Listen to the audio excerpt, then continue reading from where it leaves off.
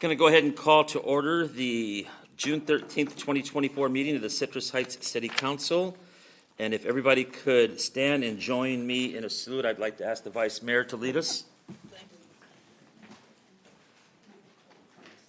I pledge allegiance to the flag of the United States of America and to the republic for which it stands, one nation, under God, indivisible, with liberty and justice for all.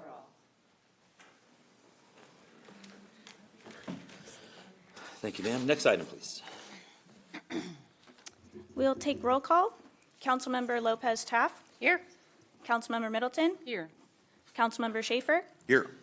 Vice Mayor Karpinski Costa. Present. And Mayor Daniels. Here. Next item, please. This meeting of the Citrus Heights City Council is cablecast live on Metro Cable 14, the local government affairs channel on the Comcast and AT&T Uverse cable systems. This meeting is closed captioned and live streamed at citrusheights.net. Today's meeting replays Monday, June 17th at 9 a.m. on Channel 14. This meeting can also be viewed on the city's YouTube channel. Thank you. Next item, please. The next item is approval of agenda. Move to approve. Second. Okay. Any questions, comments about the agenda? Okay. All in favor? Aye. Opposed? Motion passed. Next item, please. The next item is public comment. If members of the audience wish to address the council during the meeting, please fill out a speaker identification sheet and give it to myself, acting clerk. Normally, speakers are limited to 5 minutes each. The mayor has the discretion to reduce the allotted time. We have a countdown display that will flash red at the end of the allotted time. Also, consistent with the Brown Act, the city is prohibited from engaging in a discussion or taking action on any item not appearing on the agenda. And Mayor, I did just receive a couple speaker cards, as well as we have written public comment for the general public comment, and then for consent calendar item 7, which I'll read during this period. Okay. So you have blue cards? Yes. Melissa Hayden?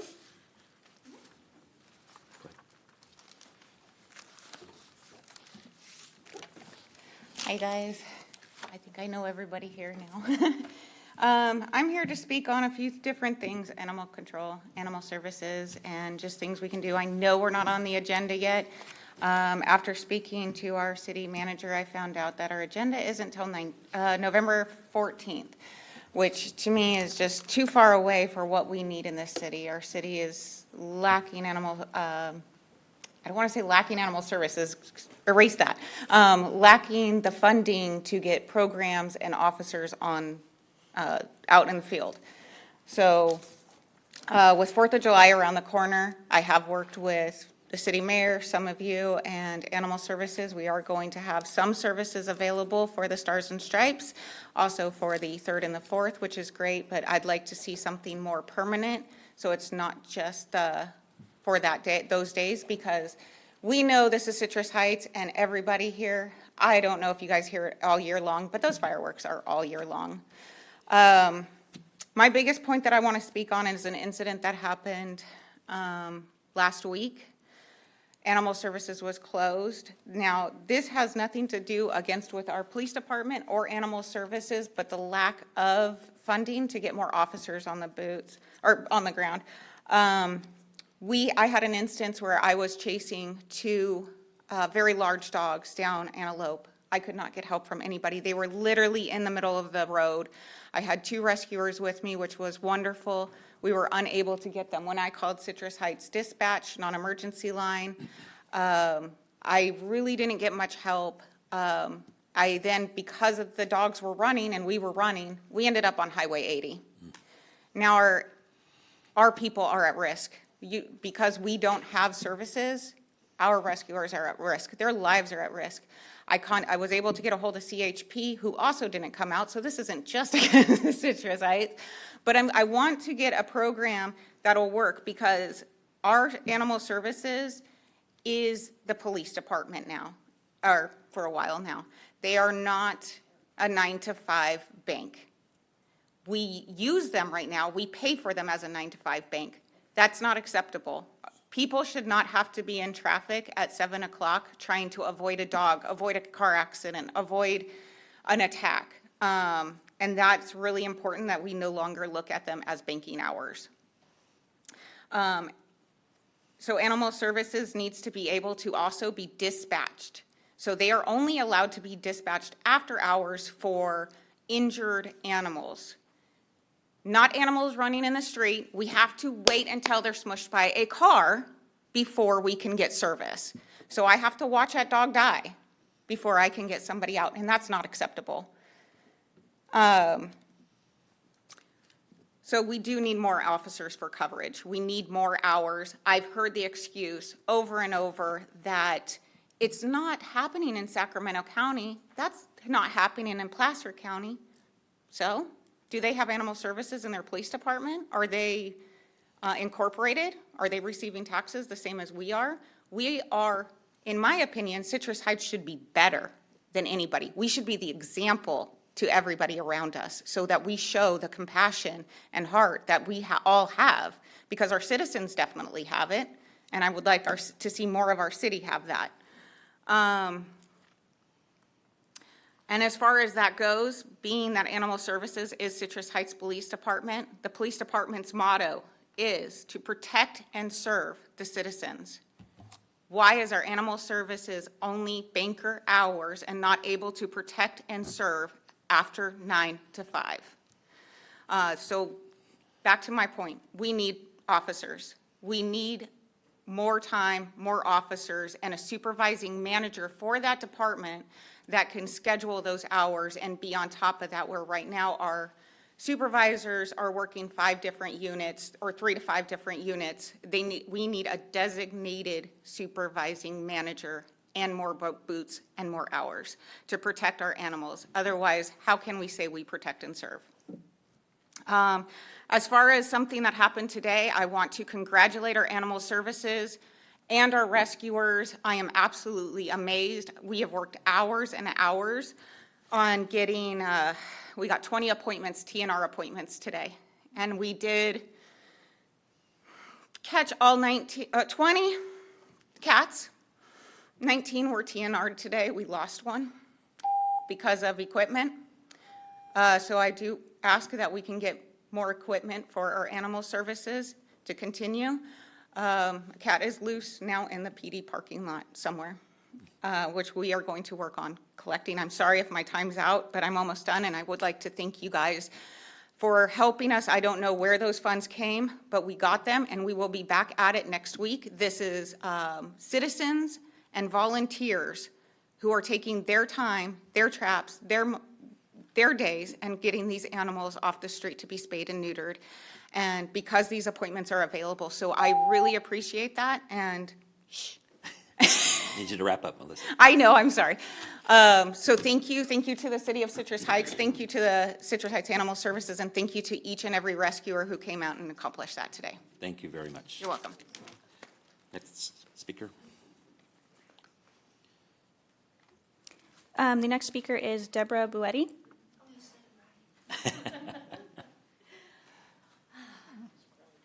Good afternoon. Good afternoon. This is my first time here, and I'm going to piggyback off of what Melissa said. I'm just meeting her for the first time. I walked in and I felt really underdressed, and the reason I feel I am underdressed is at 6:30 this morning I finally trapped a feral community cat in my community of Heritage Manor, which is just down the street from here.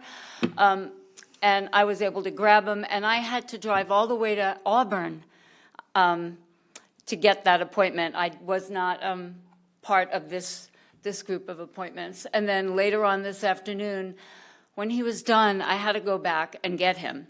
And he's now in my patio recuperating, and then I will release him into my community tomorrow. I'm new here. I moved about 2.5 years ago. I'm one of those San Francisco people that cut and ran. And I'm loving Citrus Heights, and I'm loving being a resident here. I'm a homeowner. I love everything about it. I'm confused about the services. Again, I'm spoiled. In San Francisco, it was almost a 24/7 situation. I did TNR in San Francisco, and there wasn't banking hours. During my first year here, I had a crow fall from one of my trees, and it was a Sunday, God help us, and there was nobody. I couldn't get anyone on the phone, and guess what? I drove out to some refuge center, again in Auburn, to take care of it. I'm on a budget. I'm a retired 8th grade math teacher. This is hard.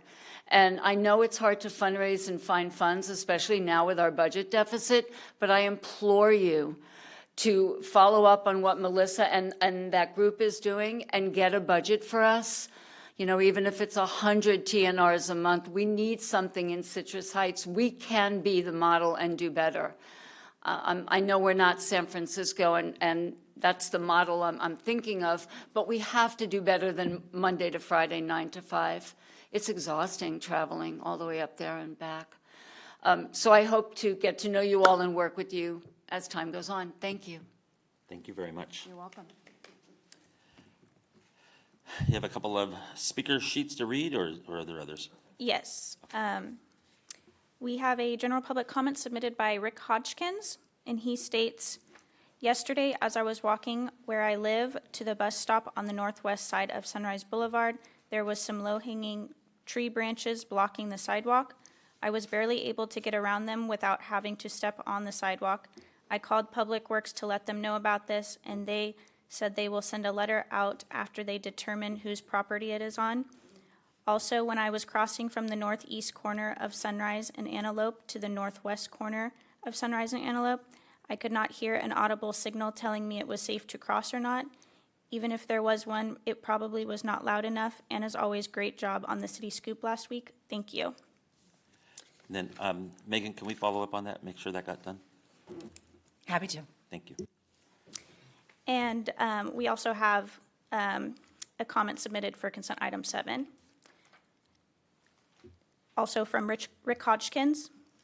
"I don't know if crosswalks are included in this funding on our city streets and surface streets within Citrus Heights, but as I was crossing across Sunrise Boulevard and Antelope yesterday, I was asked whether there were any crosswalk lines, and it turns out there was only brick and no lines.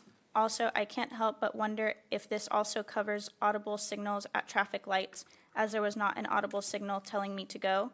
Luckily, I was with someone and she told me it was safe to go or not. Does Senate Bill 1 only apply to our portion of Interstate 80? Thank you." And that concludes written public comment. Thank you very much. Next item, please. And the next item is comments by council members and regional board updates. Okay, Councilmember Middleton. Thank you, Mayor.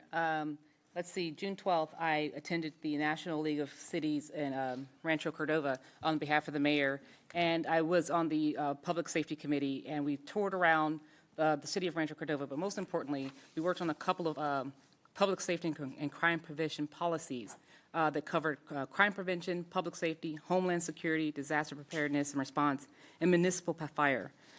We also covered some policy areas, and we approved some things here that had to do with CDBG disaster relief.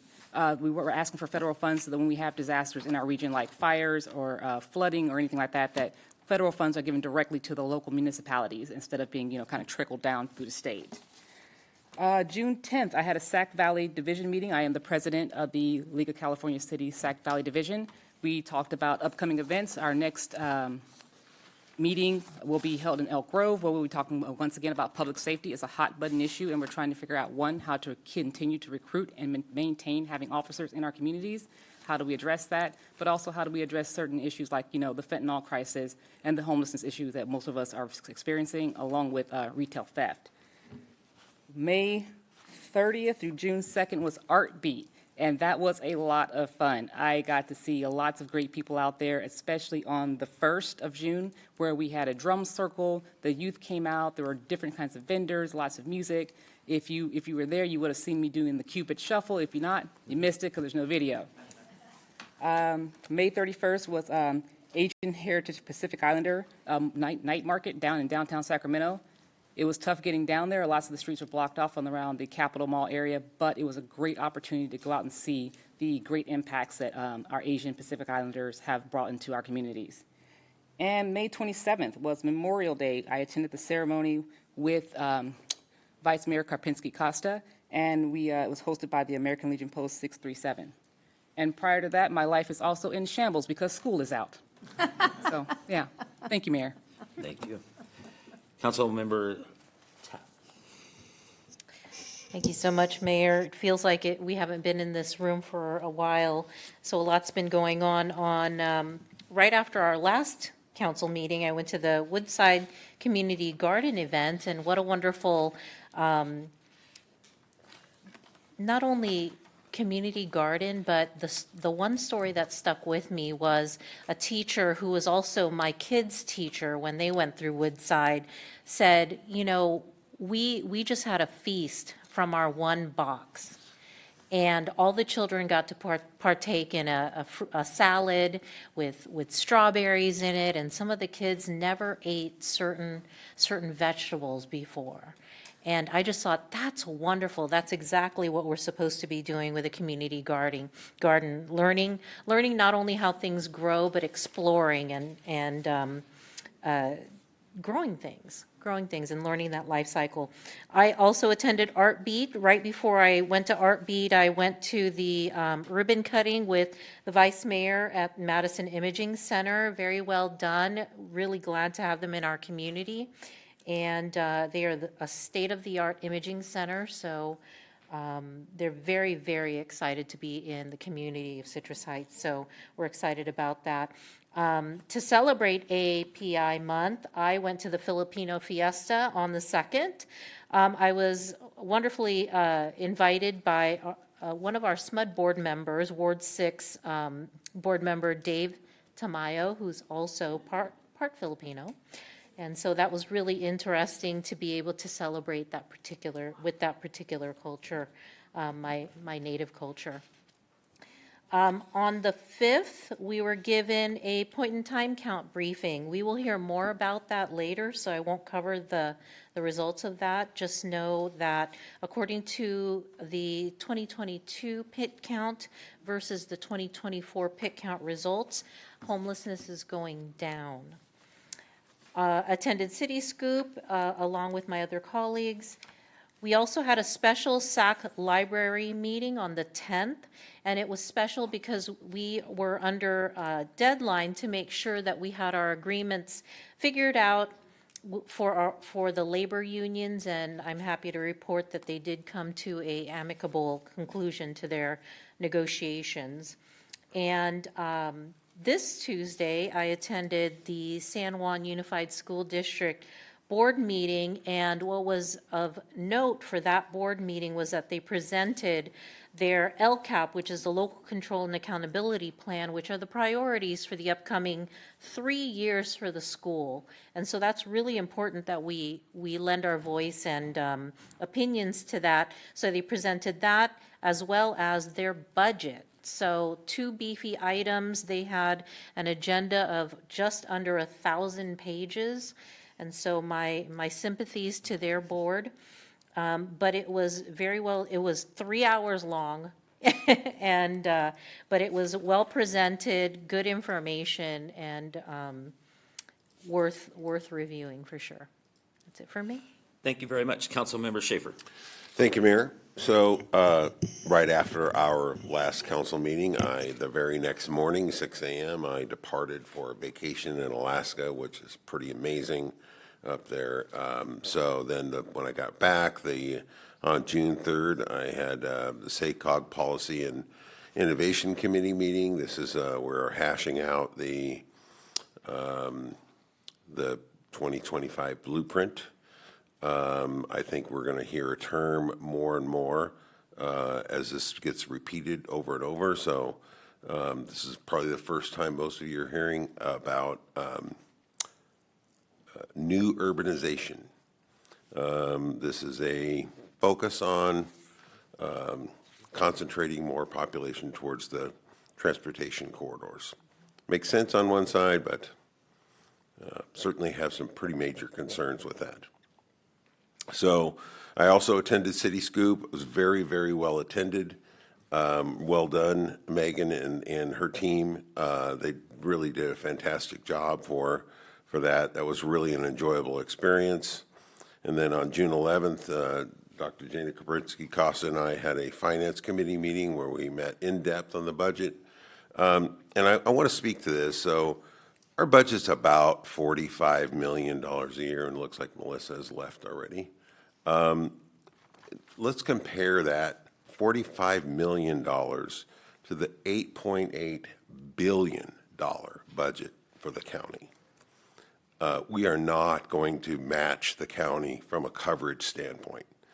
They have way deeper pockets than the woman who was here from San Francisco.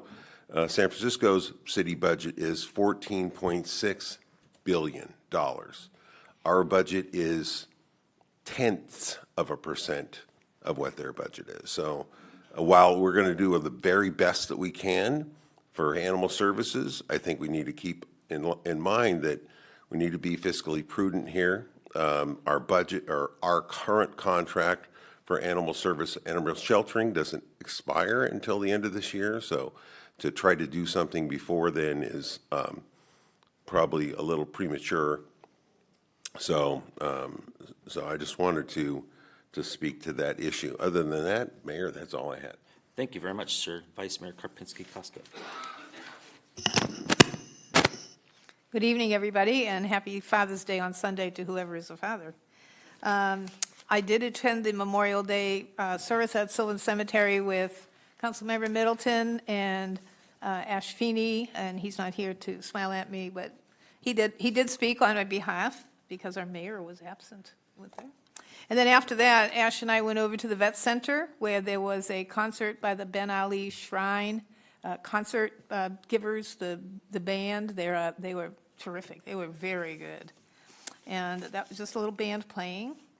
On the 30th, our building department celebrated the end of Building Safety Month, which we all heard about last meeting, by having a little in-house barbecue, and it was very well prepared, well attended, well loved. It was good.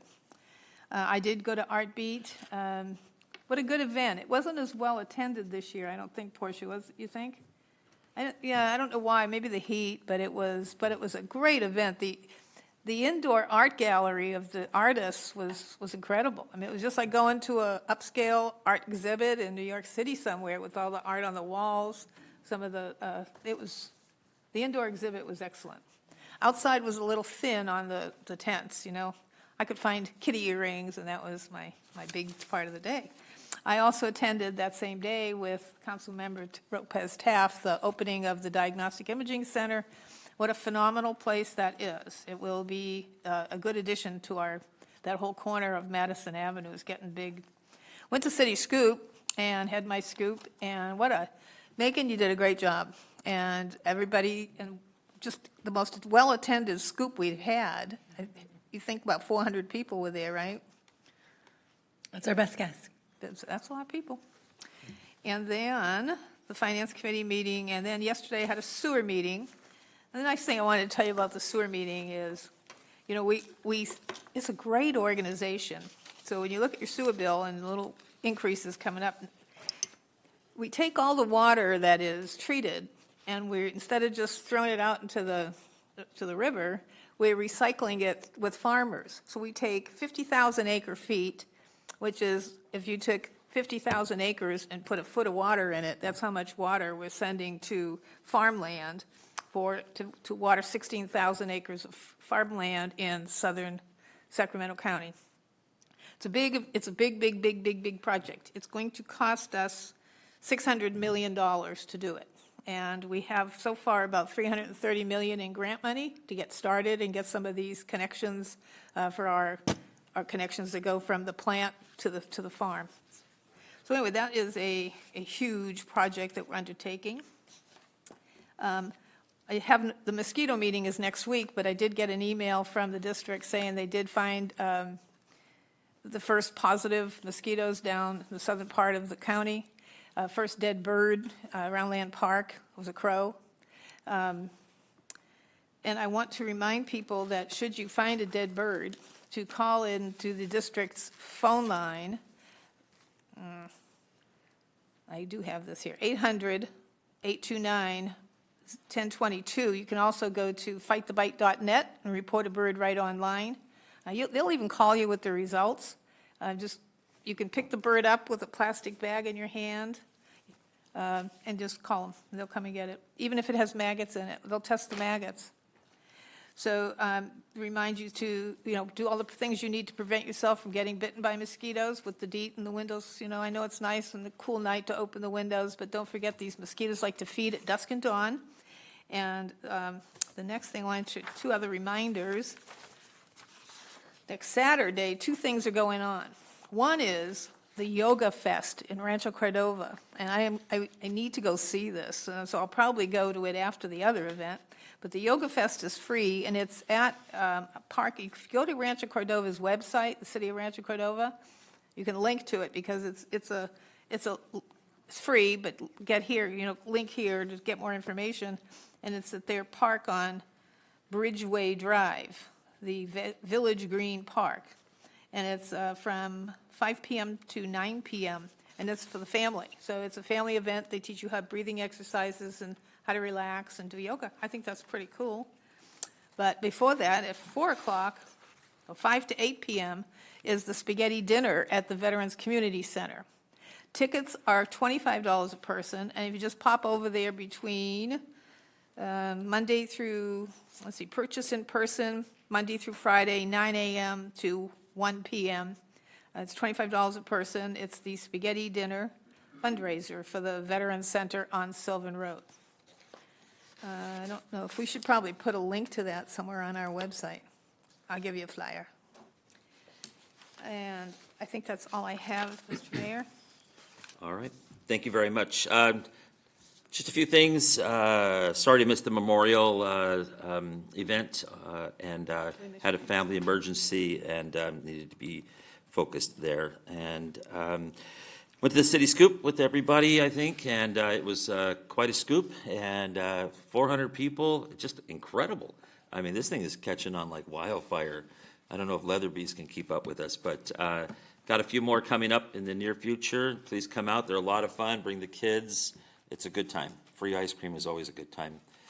I took a tour with some other folks, some other council members, and throughout the region at Siemens, who builds our light rail trains, and I don't think we're supposed to call them trains, right? Cars or something like that. Just fascinating facility over in the south area, and learned sadly that they had considered in the beginning of locating that facility at in the Roseville Road, Antelope Road area. So too bad, but we missed that, but great operation, great company, and do a lot of good things. I attended the STA meeting, the Sacramento Transportation Authority meeting today. Not too much out of that. Final budget got done. We went over some regional pavement analysis stuff, and just learning that the problem isn't just for Citrus Heights when it comes to roads and trying to get things fixed. There's a lot of problems out there, and so things are getting better, and things will get better, and we just have to kind of hang in there a little bit. But we're not alone in suffering from some road issues. And then learned also, if I think I heard this right, that we are getting a $1 million plus grant of some kind or for the trail extension that's coming up. So look for that to happen. And then if you didn't notice, we got striping going on at Citrus Heights. I was incredibly excited to turn the corner up by, I think it was the mall, if I'm remembering right. They're at San Juan and Greenback too. But anyway, I get asked about this a lot, and we are finally there, and we have striping going on in the city, and so look for that to keep going more and more. As mentioned, Sunday is Father's Day. Get out there and give Dad a hug. Make the phone call if you need to make the phone call. Don't put it off. And in July, just a reminder, our meetings moved to Wednesday. That's it. Next item, please. The next item is consent calendar. We have items 4, 5, 6, 7, 8, 9, 10, and 11. Any questions or comments regarding the consent calendar? Move for approval. Second. It's been moved by Councilmember Schaefer, seconded by Councilmember Middleton. Any questions or comments on the motion? Hearing none, all in favor? Aye. Opposed? Motion passed. Next item, please. Next item is public hearings. Item number 12. The subject is resolution of formation to renew the Sunrise Marketplace Property and Business Improvement District. And there are two recommendations. A, to adopt a resolution declaring the results of the majority protest proceedings and renewing the Sunrise Marketplace Property and Business Improvement District, approving the assessment formula and levying the assessment, as well as B, adopting an ordinance amending Chapter 22 of the Municipal Code, renewing the Sunrise Marketplace Property and Business Improvement District. Thank you. Amy, before you start, I got a little too excited during my comments, and I wanted to mention something about Sunrise Marketplace meeting today. This isn't intentional. This is just, it was shocking for me to learn, even though I know it's been, a tough time, but, and if I read this right, and Kathy Lynn, feel free to correct me if I'm wrong about this, but the Sunrise Marketplace area, which is basically the 1 square mile area around the Sunrise Mall area, back in 2003 brought in $562 million. And of that, of course, we received about $5.6 million. Back then, they operated almost 120 stores inside Sunrise Mall. Today, there's only about 30 stores inside Sunrise Mall. The area brings in $400 million, and we see $4 million out of that. $400 million, and we receive $4 million. And the point being that, and forgive me for just a moment, I want to go back to, Tim's remarks and Melissa's remarks that, and then please remember, we also didn't have our property taxes for 25 years to the tune of about $100 million. So you have to give us an opportunity to really become a city, because for 25 years, we haven't really been able to do that, and we've been smacked around a couple of times by the economy along the way. It's almost a miracle that we've survived. And so hang in there with everything, and it's just going to keep getting better. And hopefully that makes the Sunrise Marketplace area so good will continue after tonight and all of that. And now we'll go to Amy. Good evening, Mayor and City Council members. Amy Van, the City Clerk. So just some brief background on this item. The Sunrise Marketplace Property and Business Improvement District is a benefit assessment district that was created in 2000, whose main goal is to provide improvements, maintenance, and activities which constitute and convey a special benefit to assessed parcels. Since its initial term, the district has been renewed every term, with the most recent renewal being in 2021 for a 3-year term. The district is coming to the end of its current term, and there is therefore working toward renewal of the organization for a term of 10 years, beginning January 1st of 2025. As required in the process, there is a petition, ballot, and city council hearing that must be repeated for the district to be renewed.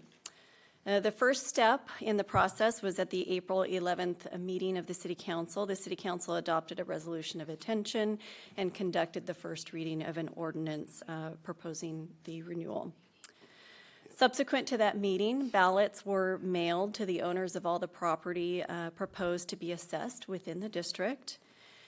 Therefore, staff tonight recommends the City Council open the public hearing, receive any public testimony.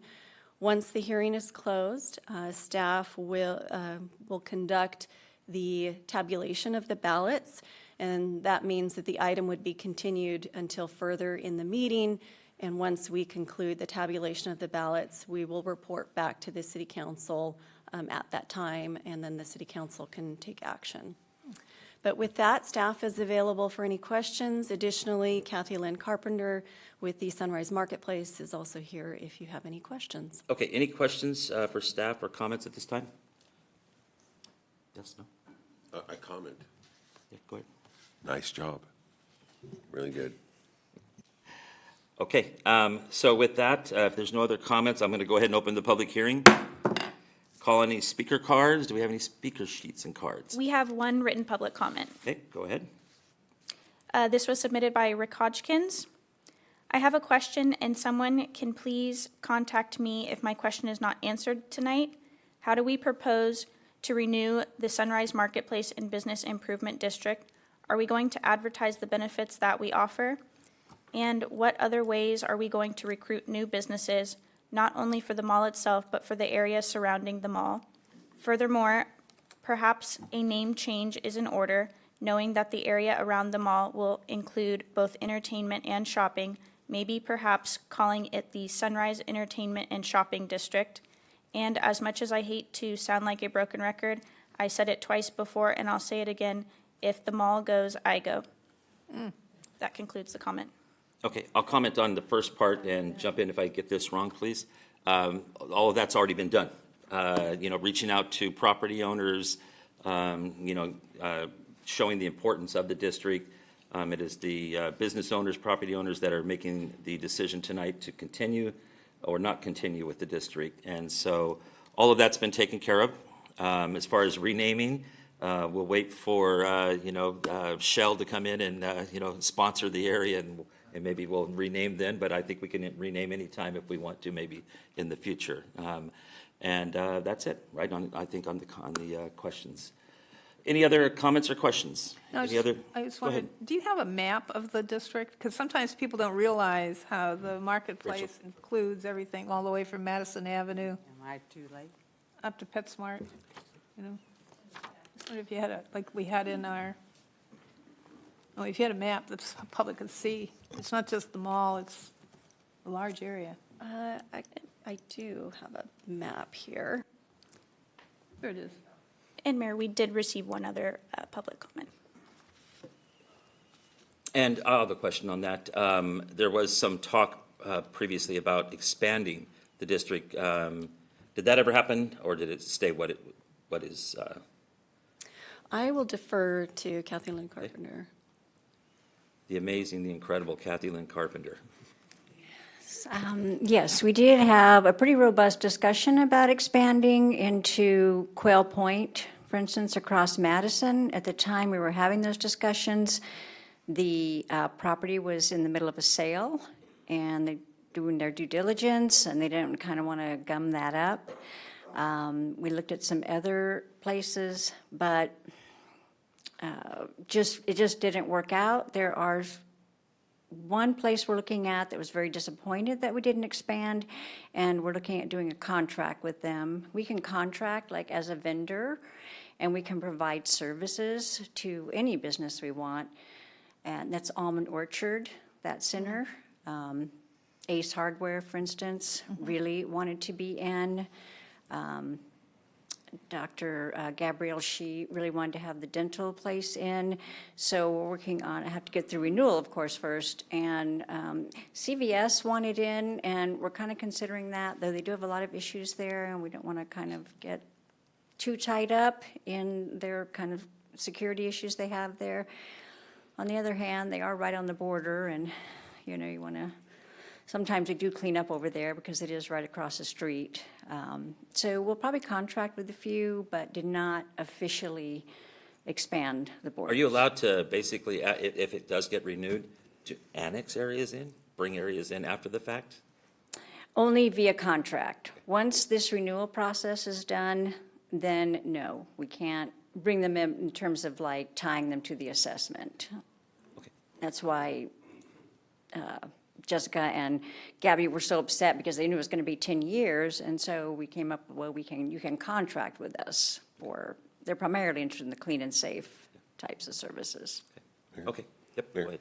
So, Kathy Lynn, thank you very much for all of your hard work on this. I just want to make a statement, and I'd like you to expand on it if you think we need to. Just for the edification of the audience, the Sunrise Marketplace is, as a PBID, is for marketing. That means that they own all the banners, all the holiday decorations, and for security. They pay for their own security, and removing blight. They take a lot of garbage off the street in the marketplace. That's what this funding pays for, and that's what this is the owners of the properties in Sunrise Marketplace voting to tax themselves. That's pretty remarkable. So again, if you want to expand on that, that's my understanding. If there's anything that's not accurate there, please correct me. No, it's very accurate. It is important to note that per the law, all services that we provide have to be incremental. So we cannot replace city services or county services. We're not legally allowed to do that. So, which is the purpose of them taxing themselves for a higher level of services like the private security or the daily porter, the events, the marketing, things like that. So things that they're not going to get from the public sector, we're allowed to provide. And I can't say enough how important the PBID is to the city. Thank you. And wanted to say how important the city is to the PBID and how important our partnership is, and how smoothly it went working with Mr. Feeney on the renewal. And everything went great, and the city's just been a really great partner all these years, and we appreciate it. Great. Thank you. Any other questions or comments? Okay, the city clerk will now proceed with the tabulation. Mayor, of assessment. We had one public comment. I'm sorry, that's right, one came in. Janie Ricketts?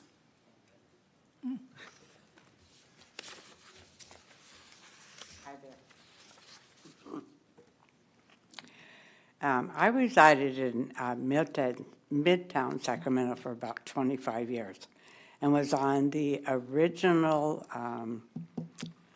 committee, if you will, for the first PBID in the state of California. Our first attempt, we didn't make it by just like that much. But we ended up being second or third in the state to have a PBID. PBIDs are, in my opinion, extremely helpful to our community, and in particular, the immediate community in which the PBID is there. I've also been a property owner since 35 years ago, like 3 different times. And I'm very concerned that the Sunrise Marketplace is where it is. Part of another career of mine was in design.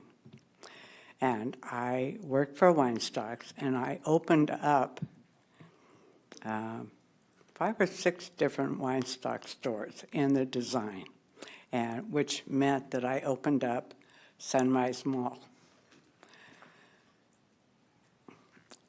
I quite don't understand why we are where we are with Sunrise. I have heard in a couple of other city council meetings that, and I understand, it's a privately owned mall, and that you all really don't have any control over that. However, you really do. And Sunrise Mall is extremely, in my opinion, important to the success of Citrus Heights. And so I'm not exactly sure what I'm asking for tonight.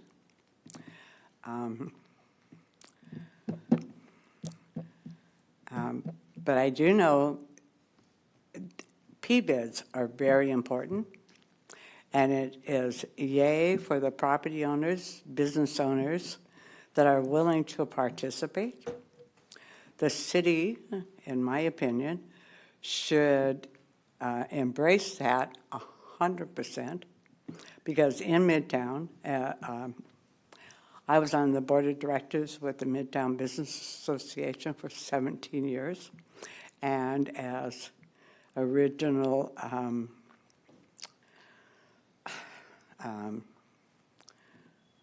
promoter of the PBID, I owned a commercial building, and I bought it in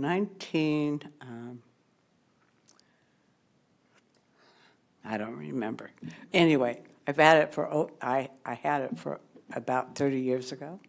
There was active prostitution in my back parking lot. And I was invited to be on the board with the Midtown Business Association, and I was for 17 years. And I saw the improvement of our district. One reason, because of the PBID,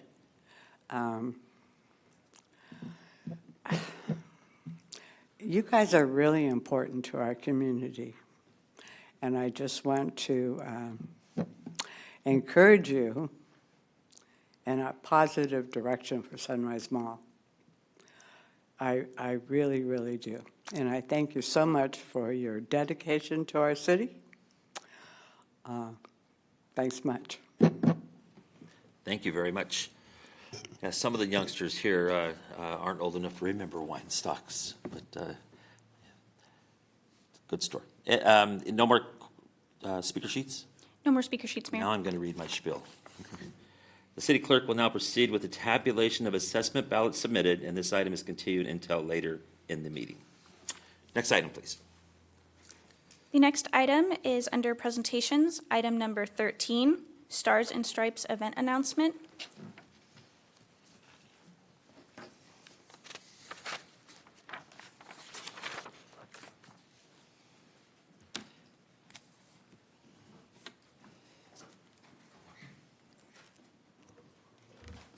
Hello, City Council. My name is Marissa Brown, Communications Officer with the city. It's nice to be here with you this evening.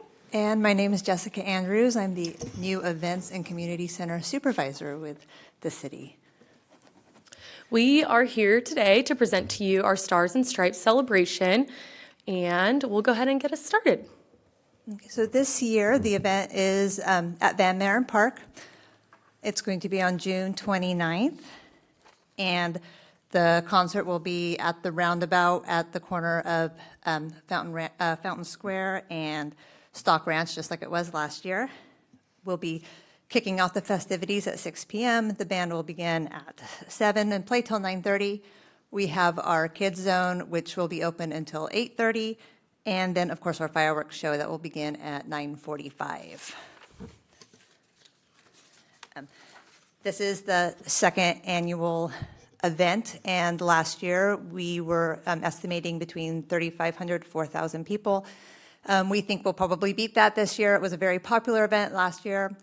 This is the flyer that's been going out, and over at the community center, I've been putting this out on the front desk, and they've just been flying, so I have a feeling that this event's going to be pretty popular this year. So something new that we're doing this year is we have invited event sponsors for this event. We have our trade sponsors, which we also had last year, but we've also included some additional cash sponsors. Republic Services is going to be sponsoring the stage, and we also have some festival sponsors, the YMCA and Sunrise Marketplace. And we are allowing the sponsors to promote their brand during the event, so we'll have some booths, which I think will be adding another element to the event that we didn't have last year. We also have community sponsors, San Juan Unified, Stones, Gambling Hall, and SMUD. We're also working with our community partners. So we've partnered with the Sunrise Recreation and Parks District as well as PAL, and they're going to be hosting our Kids Zone. So we're actually going to be having our Kids Zone in a different area of the park this year in order to keep it open a little longer. And by partnering with these organizations, we've actually been able to grow the Kids Zone, so we'll have even more activities for the kids to enjoy during the event. Saba will be, we have the bike valet like last year, which will be in front of City Hall this year, and we're also partnering with CERT for our first aid. All right, so you're probably wondering, how am I going to get to this park in Citrus Heights? It's a roundabout. How am I getting there? Well, first we have our Saba Bike Valet, so we definitely encourage our residents and guests to bike, scooter, walk to the event if you're close enough. That is a free and secure bike valet that will be at City Hall. If you do drive, we encourage you to carpool first and foremost. Find a neighbor that's going with you, or that's going to the event too, and find a parking spot at one of our general parking lots. We'll have parking available at Dignity Health, our community center, Citrus Heights Police Department, the Citrus Heights Surgery Center, and the Small Business Administration. So if you're looking to drive, you have some options available to you in terms of getting to the event. And we will have a golf cart shuttle, shuttling some people. Our amazing staff has volunteered to spend their Saturday helping shuttle our guests to and from their parking spots to the event. So there'll be a stop at each of the parking lots available to us, and we'll show you a map in a moment. And then at City Hall, we'll have some limited ADA parking and our VIP parking as well. All right, and that map that I mentioned, here you can get a good look at what the event space will look like. This is also going to be featured on our website, so if you would like to check this out on your own time, start planning where you're going to park, I would recommend going to our website to check this out. But you can see where we're having the general event space, and as Jessica mentioned, the kids zone's going to be on that upper lawn area by the playground and basketball court of Van Maren Park. And then the parking lots and golf cart stops along the route there, and our road closures too. So keep that in mind as you're looking for parking, that we will have some road closures available or happening. And then a zoomed in version over on the right side with where our stage will be, the kids zone, some restrooms throughout the event, and then our golf cart pickup and drop off locations for the event. So I'll go ahead and move on, give you one last look. Again, it's available on our website for you. And some of the event features, like we mentioned, we have our kids zone. So we are going to have activities for the children. We're going to have a purple pageant back, which will be providing the face painting, similar to what we did last year, and also for the tree lighting. And SRPD will be providing yard games. We're going to have some karate demonstrations, and just a number of options for the kids up in our kids zone. And the band this year is Pop Fiction. They are a 70s, 80s, 90s dance band. I have personally heard them, and they're an awesome band. I think everyone's going to have a really great time, very high energy. I don't think there's going to be any complaints about the band this year. We know our residents love to dance. We saw any photos from last year. We have our food truck hub, which we've expanded this year since we are expecting more people. So we have some of the food trucks that were here last year, but we also will be having a few additional trucks, including Dave's Dogs, Pancho Villa Barbecue, San Tacos will be there, Dub's Lunchbox, we'll have Daisy's, we'll have Kiki's, and we have quite a few. It's going to be great. We'll have free water throughout the event. Last year it was very hot. Hopefully we have a little bit cooler weather this year, but we'll still have the free water available. And of course, we'll have our fireworks show at the very end, just to close out the evening. And we have been sharing this event with all of our residents in a variety of ways, trying to reach them and make sure they know about this awesome event that's happening in their city. So we started out our promo for this event on social media in May, and we are continuing to do social media posts as we get closer to the event. So if you don't follow us already, you can find us on Facebook, Instagram, Twitter, LinkedIn, a little bit of everywhere. And we had flyers going out, as Jessica mentioned. They're at our community center. You can find them at the City Hall lobby. If you would like some for yourself, maybe you have somewhere you'd like to put up a flyer, let us know, and we happily will get you a digital version or some paper versions. On our website, you'll see the Stars and Stripes event prominently located on our main home screen, so people can click on and have the information to them handy. Our event website has all of this information that you're seeing here today updated and ready for people to go visit and get everything they need to know, including an FAQ for frequently asked questions that we get regarding the event. We have a Facebook event that we have published as well, with over 480 people responded so far. So that gives you a taste of what we can expect for our Stars and Stripes this year. And we've done local media outreach and ads in our local newspapers as well. So we're giving love to our local media and newspapers, as well as giving them the information that they would like to see and hear, and help spreading the word to our residents. We've also shared some e-news earlier this month via our newsletter. I would encourage you to check out our newsletter if you're not signed up for that one either. And then we've got some city banners going up next week, which you'll see under our CH Cares billboards, our little mini billboards that we have throughout the city, just promoting the event and encouraging people to come out and celebrate Independence Day with us. And if you'd like any more information, you can visit our website. Like I mentioned, all this information presented here, including the map, FAQ, parking availability, is going to be on this site here. You can scan the QR code if you're here in person today, or you can visit the website there. If you just visit our main website and go to our homepage, citrusheights.net, you'll find the Stars and Stripes banner located at the front. So thank you so much. We look forward to seeing y'all there. Thank you. Questions or comments? Go ahead. Mayor? I'd like to make a quick comment. I'm just so excited. The Gen Xer in me is super excited about the music selection. I just want to commend your team and how wonderful it is. You know, we just keep getting bigger and better and more engagement with our residents, and I really appreciate what you're doing. The nonprofit worker in me is absolutely giddy with the idea that you have sponsors for many of our event features. And so thank you for always keeping our finances top of mind. Thank you. Councilmember Schaefer. Thank you, Mayor. So, again, I'm so looking forward to this event. I would just really hope that we wouldn't reach out to TV stations or radio stations to promote this on there. This is really supposed to be for Citrus Heights residents. We wouldn't want. Yeah, absolutely. I'm glad you mentioned that, actually, because our media outreach does only include local outreach. So that's the Messenger and the Sentinel. So when I say media outreach, it's our very hyper-local media resources that we're reaching out to. We have some pretty big shoes we created last year for ourselves.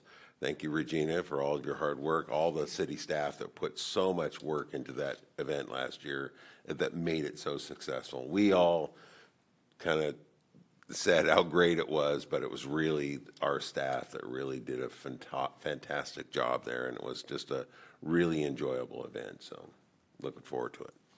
Councilmember Tam. One more comment. The thing that really made it special last year was that it was truly a family event, and I realized it was really family oriented because the food trucks were not serving alcohol. So I hope that that same vein is repeated again this year to make it a safe family and family-friendly event. And, you know, alcohol just brings it to a different level of managing and all those things. So I hope that that's been taken into consideration. Yeah, we do have no alcohol sales at this event, and we are promoting it as a family-friendly event and asking people not to bring any alcohol. So, Thank you. Thank you very much. Well, again, just this is big. This is big, and this is why we have Citrus Heights, and we're getting this kind of thing back into our public connection. And I'm so extremely excited that this event's going to happen again. I would say that it might be good to tell the band that they can stop at 80s because there hasn't been any good music since the 80s. So, but just so excited, and thank you for all the work. This is tremendous work to put this all together. I already know it's going to be a huge success, just a huge success. But thank you in advance because this puts us on the map as to being the kind of city that where people want to live and play. And so, thank you so much for your efforts. Okay. Any other questions or comments? Thank you. Next item, please. The next item is regular calendar, item 14. The subject is update on Community Health Works street outreach program to unhoused individuals in Citrus Heights. And there is no recommendation. This is an informational report only, and no action is required.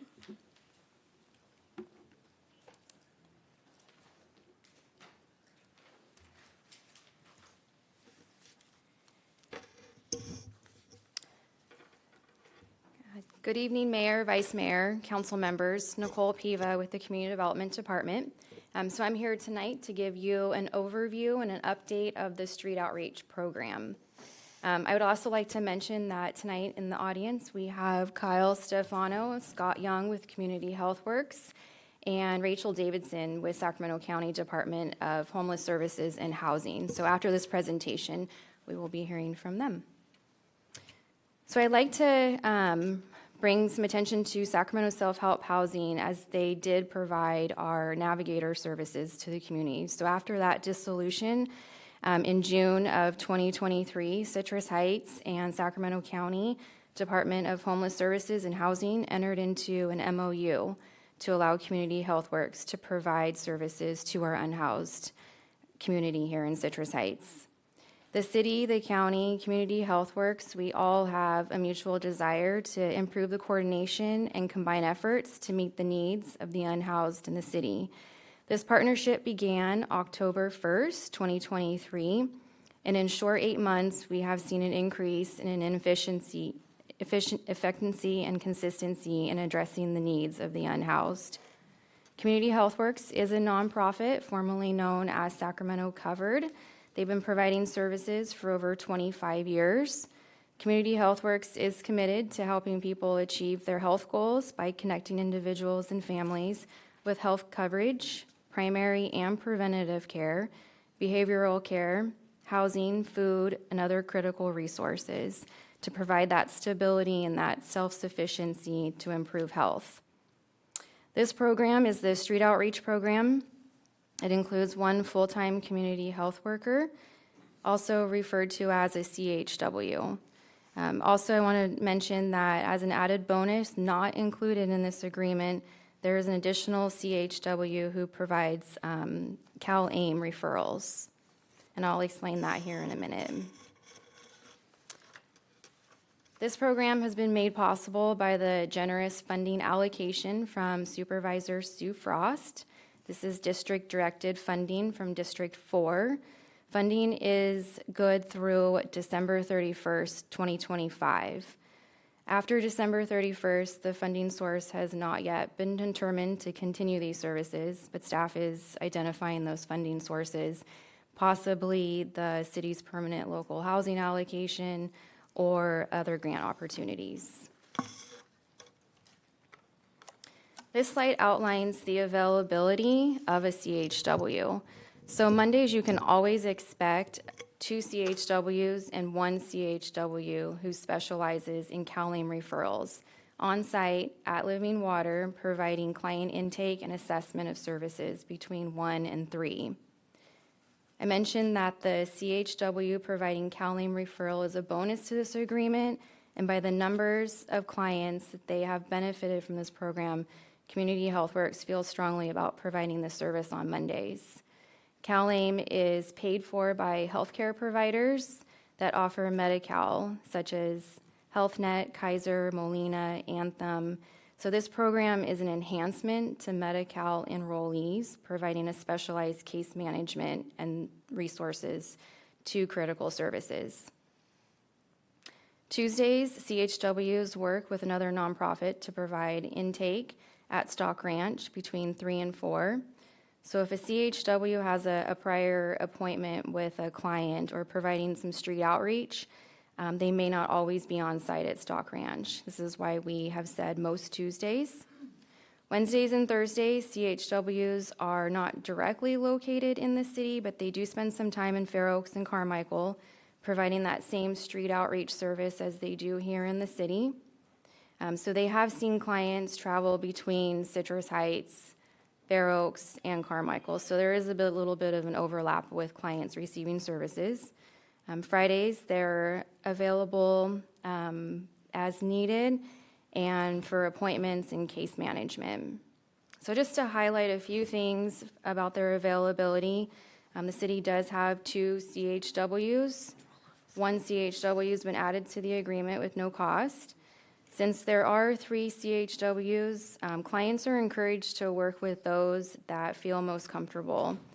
If a CHW is not available, if they're on vacation or on leave or out sick, a community health worker Community Health Works does have floaters to fill in, and a variety of team members ready to assist. So lastly, this model does work. It's flexible. It allows on-site office hours, hours in the field. It allows the CHWs for case management and for attending meetings and trainings. So just to go over their caseload, it's a pretty impressive since it's only been 8 months. We began October 1st through, the data here is through May 31st. So they have 59 active clients currently. Throughout the course of the 8 months, they've enrolled 95 clients in the program. 39 are no longer enrolled. They've exited, whether they've disappeared, no further contact, deceased, permanently housed, or placed at a shelter or rehab.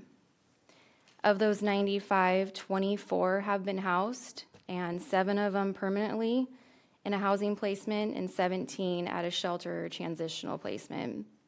And as I mentioned, CalAIM referrals are, it's a specialized program, and it's a very high number that they have been able to put 39 clients to a CalAIM caseworker. About 2,300 services have been provided to unhoused clients here in Citrus Heights. So just to list a few, these are services that they provide throughout the week. Since the program, we've been meeting with the county and Community Health Works regularly just to monitor the effectiveness of this program, and staff has made some updates to improve the impact of this program. One of them here on the slide is the street outreach card. This is a great resource that outlines the availability of a CHW and how a client can connect with a CHW to begin that assessment and services. In addition, if someone's experiencing homelessness, we have the number here is called 211. You press 8 for homeless services near you. Having this 211 listed as a resource on the card is the best way for a person to be connected to a shelter. So it's just another added resource. This card has been made available for the public and distribution for those who have encountered unhoused individuals. Cards have been provided to the Citrus Heights Police Department, beautification crew, and some of the council members. And I do have cards with me if anyone would like to take some. Frequently asked questions is another improvement. Staff has added those questions to our website, and that website here is listed.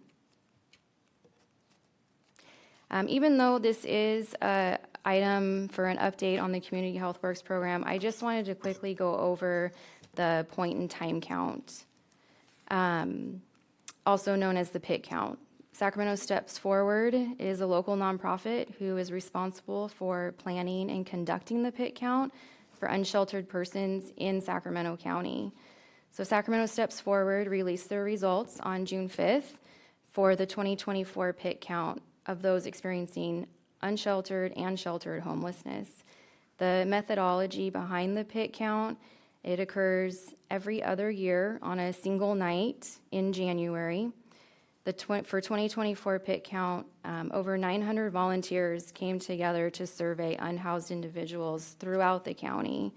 For Citrus Heights, the PIT count took place on January 24th, and about 25 volunteers came together to conduct those interviews here in the city.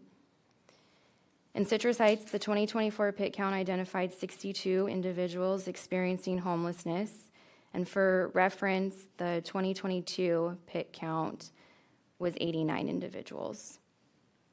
While the PIT count is not a comprehensive measure of individuals experiencing homelessness, it does provide just a quick snapshot of the activity in Citrus Heights compared to the region. Citrus Heights Police Department performs an annual homeless information field identification count, also known as the High Five count. This is an internal tool used by the police department to track trends and support efforts with chronic nuisance offenders. The methodology for this count occurred March 1st through the 15th. Patrol officers and impact detectives conduct an annual count of unhoused individuals in the community. A brief field interview is conducted, then that information is analyzed, and it's to address the repeat nuisance offenders and how best to assist them in providing them with resources. So this count is not related to the pit count. The 2024 Hi-Fi count identified 108 individuals in Citrus Heights. So of that count, I just wanted to highlight 79 of those 108 individuals said that they would like to work with a CHW. So we were proactive. The CHWs did cross-reference those 79 clients with their caseload, and 2 of them were housed. 7 are working with other organizations for supportive services. 9 are enrolled in ongoing CHW services. 14 believed to have left the city, and 18 have connected with the CHW, but they do not want services or are unable to comply with the program requirements. And 29 of those 79 have never received services from a CHW. So with the information that was provided during the interview, the CHWs have tried to reach out to those 29 individuals, and they're trying to make contact for services if they would like them. So this is just a summary of the 2 counts. There's a detailed report in the staff report. And with that, I would like to turn it over to Community Health Works to share a success story. And the full success story has been left at your chair, and I will ask Scott Young to come up and share his success story with us. Good evening, council members. Thank you, Nicole, for your report. Really don't have anything to add, but I think it was a really thorough presentation of the work that we've been doing and some of the statistics and some of the the breadth that we've been able to cover in the city of Citrus Heights in these last 8 months, enrolling 95 people into the program and successfully finding housing or shelter placements for over 20 of those people. So we're very proud of that. I hope you've had a chance to maybe look over the success story that we have printed out here. And, I think just a highlight of that success story, for John is that, I think it points out that this is a process, a one-on-one process between one of our workers and an individual that is interested in receiving services. And, and it's not necessarily an automatic process. For John, he's somebody who had come to the Living Waters location on Mondays for some time, but had not reached out for help. But when he was ready for help, he was able to connect with our staff and begin receiving services and kind of getting on that process. And that process is sometimes, a lengthy ongoing process, and that's where our CHW really works to find out more information about that person and help in ways that they can help, whether it's getting their identification documents in line so that they can get into shelter or get into housing. In John's case, he had some legal issues that he felt were going to, haunt him, for the rest of his life and keep him from receiving services. But we were able to assist him with those as well, to get those taken care of and to get his warrants cleared so that he can then be eligible. And he now is in a shelter with his dog, and is still working with our staff to kind of find those, to get to those next steps, which would be for him permanent housing. So we just kind of wanted to highlight that, and also I think, and highlight the process so that you kind of understand that it's not so much a process of somebody saying, yes, I want services, and them immediately getting into a program. We have a huge backlog here in the county of Sacramento for shelter beds. On any given night, there's roughly 2,500 people on a waiting list for shelters. So just saying yes is just kind of the beginning of the process, and it requires, a lot of work and a lot of creativity on the part of our workers, I think, to find, other solutions sometimes than just going through the traditional, put you on a waiting list and let's see what happens look. And for John, he was able to get into a shelter through that process, but for others, it's not that easy. But, we look for other ways to help people. Recently, we had a family reunification with a gentleman who was transported back to his family in Oklahoma City. And we were able to provide, with the funding that we have through the county, which involves some flexible funding for client assistance. We were able to buy him a ticket to get back there. We were able to buy him something to get his bike. He wasn't going to leave without his bicycle. So we were able to get him the proper container for his bike so that he could head back and be with family where he has a place to stay and a place to kind of start over. And, another example of how we are helping a gentleman who here is in Citrus Heights, was approved for housing, but had a warrant on his record, kind of like John, and was not going to be eligible for that housing placement that he'd already received because of that warrant. And unfortunately, the warrant was in Crescent City, but we were able to help him we were able to get him a train ticket up to Eureka and then a bus ride up to Crescent City, a motel, so that he could walk to court on his court date, get his warrants cleared, get him back, and now he's, he's ready to receive that placement in permanent supportive housing here in Sacramento County.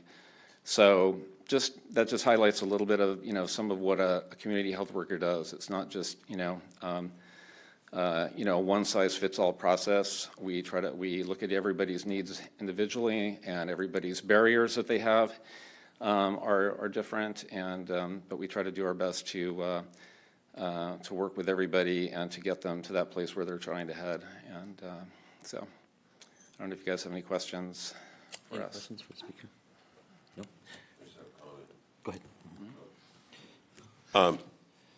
This frustration is not directed to you or Nicole or anybody. I think it's ridiculous that it took 6 months to produce a report that says how many people we have. We're here to make decisions on funding. When that funding runs out, we need to know how much, what we need to deal with.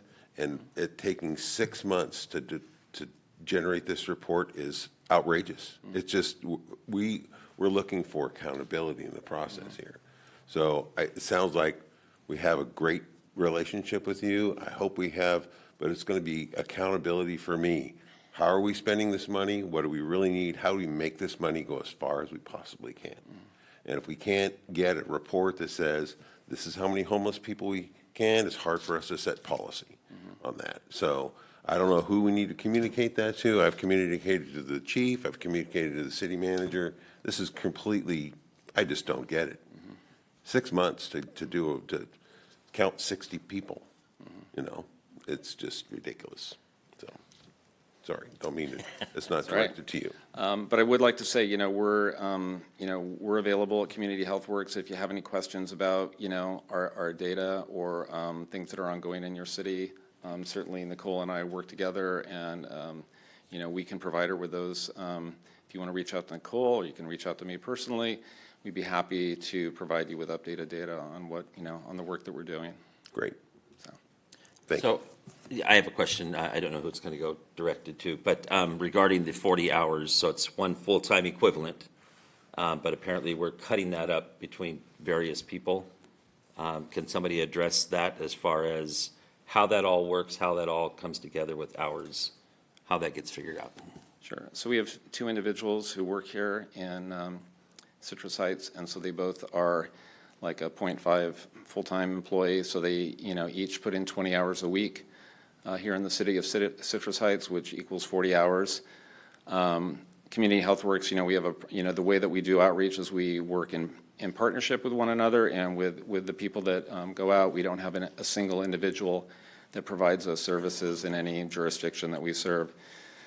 So that is how we, when the county came to us to ask if we could provide these services, we told them, this is the way we work, and so if we're going to have a full-time person, it would probably be broken up between 2 people who would work half-time and provide a total of 40 hours. Okay, and then how do we track that? How do we as the client become aware of the work product, then do they create a report every day? Do they create a weekly report? How do they record their time and effort? So they record their time, in a payroll program, that we have, and then our accounting department, divides that up and sends in reports to the county. Again, our agreement is with the County of Sacramento, so we're accountable to them for that, and we provide them with monthly reports on the time that is spent and the employees that are working here in Citrus Heights. And then our employees, they're in terms of their data that they're collecting and working with their clients, that goes into a database called the Homeless Management Information System, or HMIS. And that's where some of those statistics, like the 2,300 services that were provided, those are services that are logged in HMIS that the CHWs do on a daily, if not weekly, but certainly probably often a daily basis. And then you said 2 part-time, so do they each do 20 hours? Is there a split, 35 and 50? No, they each do 20 hours. And do they have regular hours then that they're assigned to Citrus Heights? Yeah, each of them 8 hours Monday and Tuesday, and then a half a day on Friday. Okay, so Monday, Tuesday, and then Friday. Mhm. Okay. Go ahead. So there's no overlap there? They're both Monday and Tuesday and Friday? That's correct. So if somebody needs help on Wednesday or Thursday, they're just kind of... They are not necessarily in the city of Citrus Heights, but again, Nicole mentioned, the other cities that the other areas that they work in is, border communities of Fair Oaks and Orangeville. So if there is an urgent need on a day that they're not scheduled to be here, somebody can still reach out to one of the CHWs or to me or to their supervisor and just say, hey, we have this urgent need at the moment. Is there any way you can get somebody over here? And we would do our best to try to get somebody and to provide services. I think I should meet with you because I have some direct experience that was a challenge, so. Sure. I don't want to air that here, it's not appropriate, so. No, I'm happy to meet. So I would certainly like to chat with you about that further. Sure. And I think I've got it, but I want to be clear. So on Monday, Tuesday, they both work in Citrus Heights for 8 hours. Yes. And so did they work together, or do they go out and when one has issues over here, one has issues over there? Yeah. They stay together? It really depends. So if they're doing street outreach, they usually try to stay together during the 2 hours that they're doing their drop-in hours at Living Waters Church. They're together. But otherwise, they might be providing, if they're taking a client to an appointment, say at the DMV or Social Security, that is something that they can do individually. They each carry their own caseload. And so, they work, at times they work together, at times they work individually with their clients, so. And you just reminded me of something else. You said they can take them to DMV. And what I've been told is they can take them there for an ID card, but they can't take them there to renew their driver's license. We can provide, if they have a driver's license and they want to renew it, and that's part of, say they, have a job that they need a driver's license, not just a regular ID, we can provide transportation to help them to do that. Yeah, because I've heard it a couple of times from some of the folks. When I do Mondays with the mayor, my visitors are mostly homeless folks, and they come in and they share things, and that's been shared a couple of times, and so. Yeah, we have always, we have vouchers for free, for people that are experiencing homelessness. They are given they can get a free ID. We can pay for somebody's driver's license, but, it needs to be, if we're going to pay for somebody's driver's license, it needs to be in the court, if they're working, if we're working with them, they're a client of ours, not that they just want a driver's license, but they are, they have a job that they need to get to, and without a driver's license, they can't work.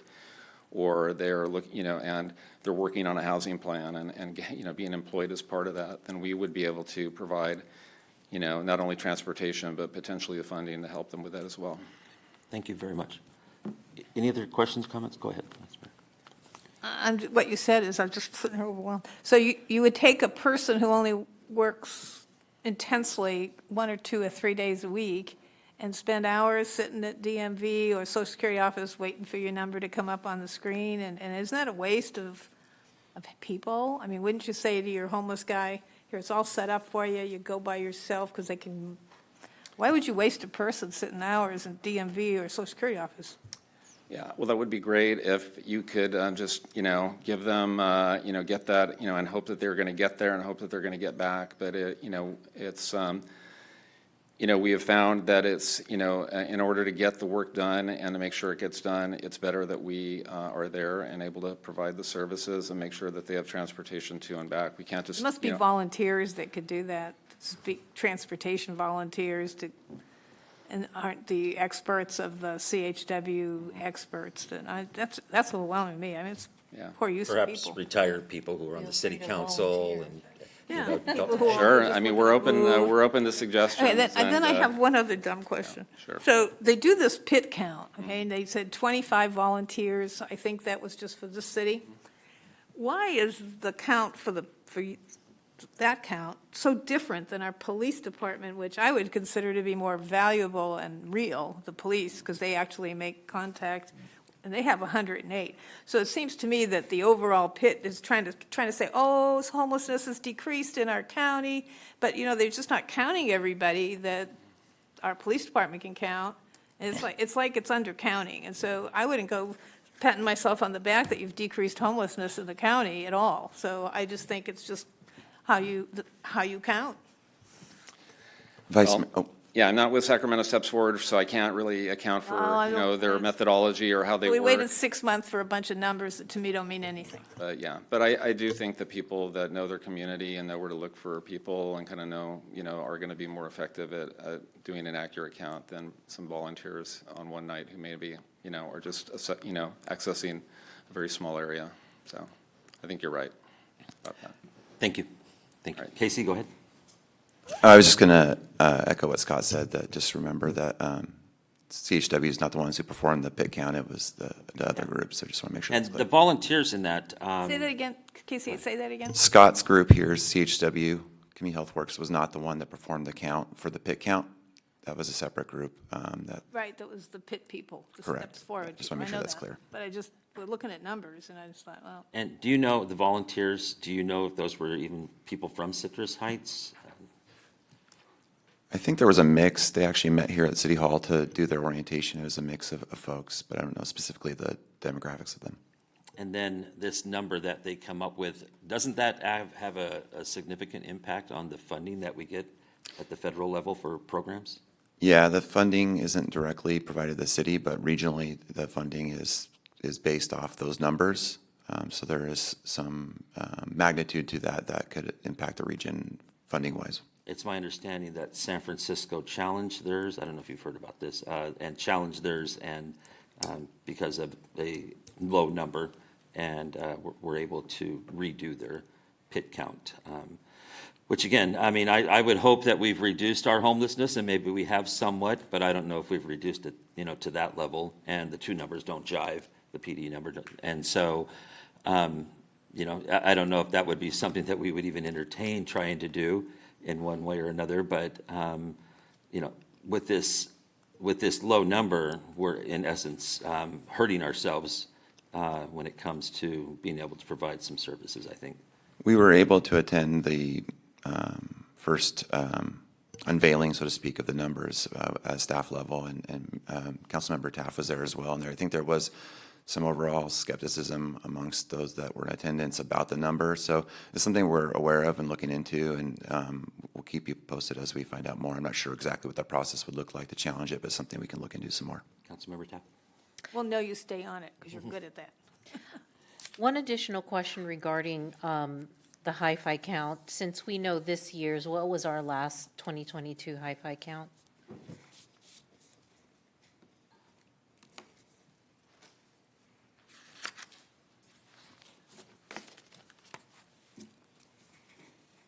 It looks like last year's was 95, so there's a difference of 13 or 14%. Increase. So was this 2023 or 2022? The pit count, you mean? Or the Our count, the hi-fi. We did them both 23, 20, and 24. Okay, so this is as of 2023. Okay. You should have in your packet, there should be a handout here that looks like this that has an explanation of the different, the past 2 years. Thank you, Casey. He sent that separate. Okay, anything else? Okay, thank you very much.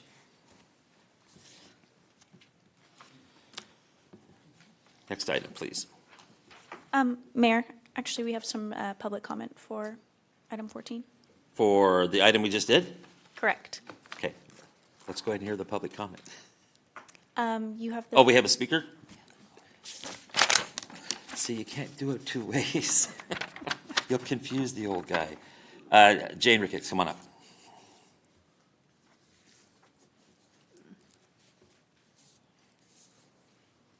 Mayor, City Council.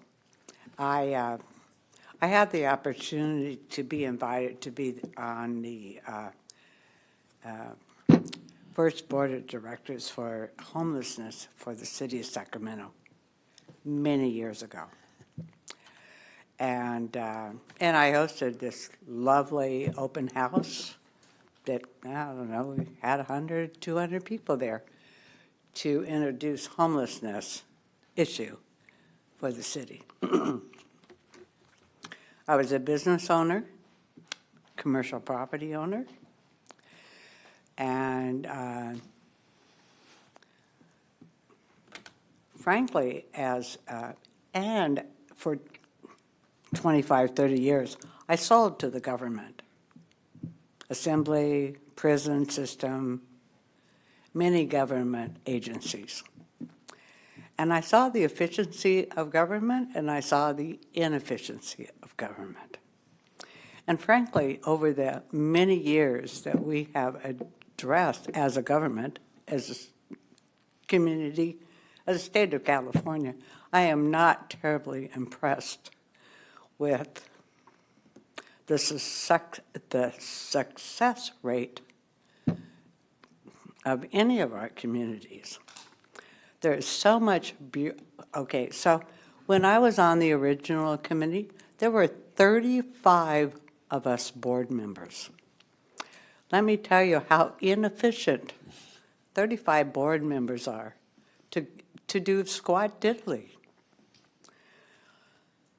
You know, frankly, I can't quite remember, but I suspect that was at least 20 years ago that I was on that board. And watching all of our communities, I'm not the least bit impressed, not the least bit.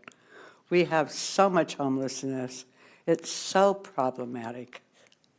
You know, the homeless don't, because of their drug addicts, their dogs they have, they don't want to come into our community or our housing. You know, the government doesn't have enough money in which to help them sufficiently. We don't have mental institutions anymore. Reagan, I believe, is the one that did away with all of that. But I want to encourage, the reason I'm up here is because I want to encourage you to somehow steer away from the bureaucracy of it all. You know, I know that we're supposed to be compassionate. It's so frustrating to me because I assure you, many of my family members are homeless. Drug addicts, alcoholics, and they really don't care to improve themselves, not one bit. As a matter of fact, one of my cousins came in not too long ago, and he said, "Sorry, not sorry." You know, that is a sad, sad mentality. I'm not quite sure what we can do with it, but as a government entity, and you folks are very, you're very instrumental to our community. This is a small community. And I was told not too long ago, because, you know, I've been in the central city, Hollywood, I lived in Hollywood, I lived in downtown San Francisco, Sacramento. I'm urban. I'm not suburbia. And it just, I don't know, this whole deal just so frustrates me so much. There's got to be another way. And I so encourage you to cut to the chase. You know, I really don't know what the deal, I don't have an answer. I didn't come up here with an answer. I just came up here to tell you how frustrated I am as a community member, as a taxpayer, as a business owner, as a commercial property owner. You know, for like 30, 40 years, I've been doing this. Please help us out. And don't let the government get in our way. Please. Thank you very much. I appreciate your time. Thank you. Thank you very much. Your comments are very right on in many areas. So it is bureaucracy, I think, that causes the biggest problem with it. And perhaps I shouldn't say this publicly, but I feel sometimes there's too much money being made in the homeless industry to solve it. Okay, any other questions or comments? Next item, please. We have one written public comment You're killing me, submitted Rachel. by Rick Hodgkins. I realize that this is not an item regarding any action. However, with a budget crisis and a program scheduled to roll out statewide this October called Care Court, now is your chance to hold Governor Newsom's feet to the fire and allow it to move forward as scheduled. The word Care Court in CCC is the abbreviation or acronym of Community Assistance Recovery and Empowerment. That, along with CAL-AIM, which stands for California Advancing and Innovating Medi-Cal, is what is going to normally help these individuals get off the street, but also get them into housing. I thank you very much for your consideration of this item, but once again, we must hold Governor Newsom's feet to the fire and let CC continue to roll out statewide as scheduled for this October. That concludes the public comment. So I'm afraid to do it, but I'm going to go ahead and ask for the next item. The next item, we will return to item number 12. Okay, and then I forgot to, so I'm going to go ahead and close the public hearing on this item. Okay, good evening, Mayor and City Council. So we have completed the tabulation of the ballots received and not withdrawn, and 95.3%, which represents $444,197, were in support of the assessment district renewal, and 4.7%, which represents $21,926, were in opposition of the assessment district renewal, with ballots weighted according to the amount of the assessment to be imposed on the parcels.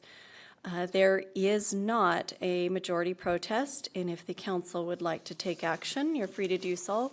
There are two items before council for consideration: a resolution for the results of the tabulation, and then an ordinance regarding the renewal of the property.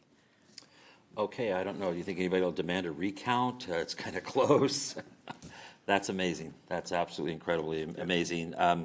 Any questions or comments before we go to motions? Anybody? Okay, let's just go ahead. Well, clearly, the businesses see the advantage of the P-bid, and so do we. So that's good.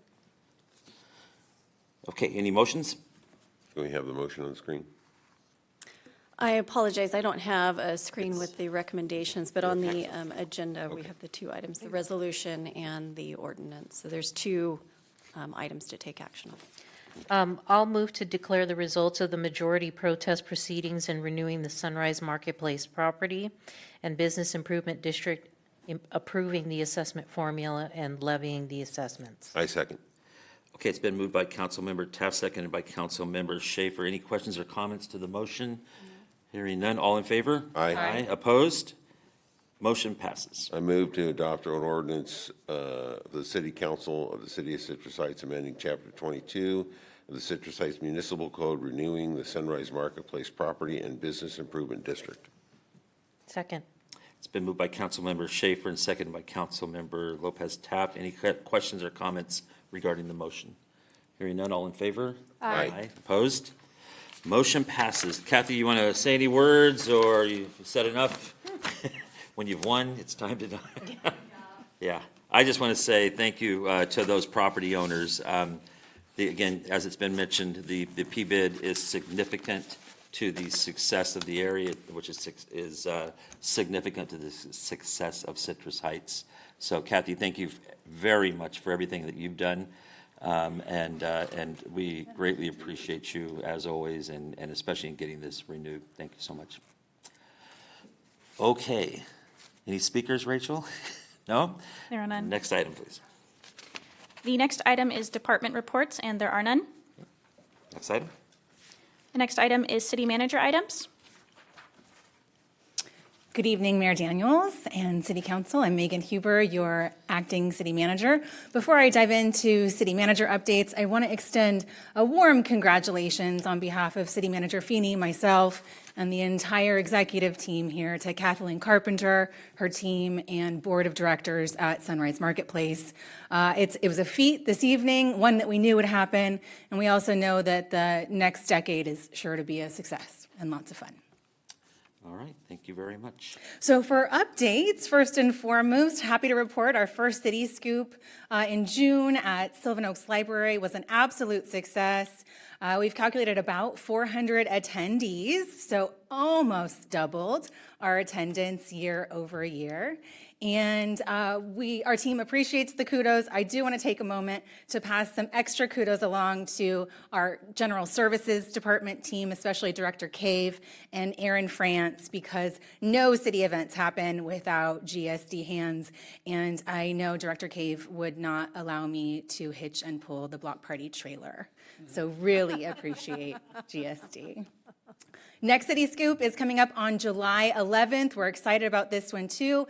It will be happening at Fire Station 27, and we're partnering with Sacramento Metro Fire District. Which is located. On Grand Everybody knows Oaks. what number 27 is. Thank you, Gina. And on to the next item, I have some really exciting funding updates as it relates to the annual federal appropriations process. You've heard previously the advocacy from Congressman Ami Bera. I'm happy to report some additional advocacy from Senator Padilla's office as it relates to our Sayonara Replacement Housing Project. This is scoped out for 26 duplex-style units. Also really happy to report strong advocacy from Senator Butler's office, doubling down on that Sayonara project, and also additional advocacy for a potential project, Emergency Operations Center Resilience Project, to continue our emergency response planning and provision as a city, along with a first responder emergency rescue vehicle. This update does come with disclaimers that the appropriations process is in process. This is just a first step where our leaders recommend projects, and we'll look forward to providing council updates as that progresses through the system. I also want to note that this was made possible in partnership with Townsend Public Affairs, who proved to be a great partner in the federal appropriations process. Megan, question about the number here. Certainly. The 2281, that's 2,281. Oh, we're missing a zero. We do real-time inventory around here. This might have been the last side I was working on, Councilmember Shaver, self-admittedly. So 2 That million. is 2 million. Exactly right, and that is the city's contribution to the project. I'm real excited about 22. Well, $2,200. as a city with fiscal prudence as a guiding principle, I'd like to think that we do get excited about all dollars. But the more zeros, the better, certainly. Is that on top of what we already had, or is this it? We got a report once about some money that we were getting from Ami Bera's office. Is this the same amount? Or is This would another be, one? oh, I see Director Kempenaar tagging in. So Habitat for Humanity had gotten an appropriation previously. That was their own portion of it, and we have a portion that we committed through the MOU, and this would cover that portion on it. So this is the one from Ami Bera's office that when you guys went to Cap and Ash came back and said he got money, so this is it. It's not an addition to it. I'm not sure exactly which one. The current appropriation through Congressman Bera's office is $4 million for San Juan Complete Streets Phase 2. Oh, okay. A lot of projects in the mix, which is exciting. An additional funding update, which Council touched on during updates earlier this evening, is the official announcement of a new award from SACOG for a trail grant. It feels like we just cut the ribbon on Arcade Cripple Creek, and we already have new plans on extensions. So this extension will take the trail from Sylvan to Stock Ranch. There were a lot of partners involved in advocating for this. It's really exciting to increase mobility of that corridor, along with increasing mobility to school campuses as well. Isn't there a stretch from Arcade Creek Park Preserve to Mariposa?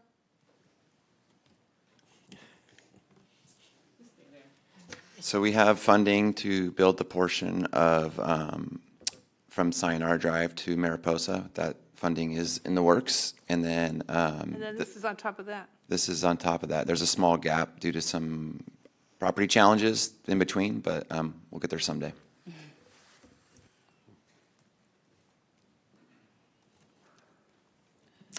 Another update that was touched on earlier this evening that I have some great photos to proof point is new lane striping happening out in our community. We've got some great before and afters here. You see a before and after of Greenback and San Juan. Definitely can tell the difference between the two. And then we have Greenback and Auburn as well.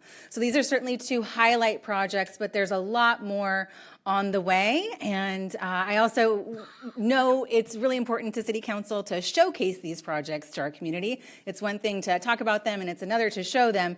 So be assured that you'll find these before and afters on our social media and other communications soon. And finally, as we're powering through the month of June, there's a lot of really great upcoming community events, a couple of which already have been touched on. Vice Mayor Karpinski-Koska, you shared about the Veterans Community Center Spaghetti Dinner fundraiser coming up. Our residents can find that on our website, community calendar as well. In the middle, a really great community engagement offering. Neighborhood areas 2 and 6 have planned a senior resource fair happening June 25th. And then finally, you heard about our upcoming Stars and Stripes on June 29th. And that's just June. We're not even talking about the rest of summer yet, so there's even more to come. And that concludes my updates. Thank you very much. Next item, please. The next item is items requested by council members and future agenda items. Councilmember Taft. I would like support to create an Unsung Hero Award to recognize community members for their contributions within the community. I'll second that. Thank you, Mayor. We have an initial and a second, right? Yes. Yep. Great. Anything else? I just want, you sent us a email with the business, that thing, be sure to put that on your social media. I just think we need to promote the things that we're doing to attract businesses and have them want to come to Citrus Heights because we care about them. And that's a beautiful thing you mailed out, so you'd share it. Will do. Okay. I will not be here for Mondays with the mayor this coming Monday, but I've asked Councilmember Middleton to step in for me, so please come down and give her an earful. Yeah. Or not. Okay, anything else? Nope. There are no further items. All right, we are adjourned. Thank you.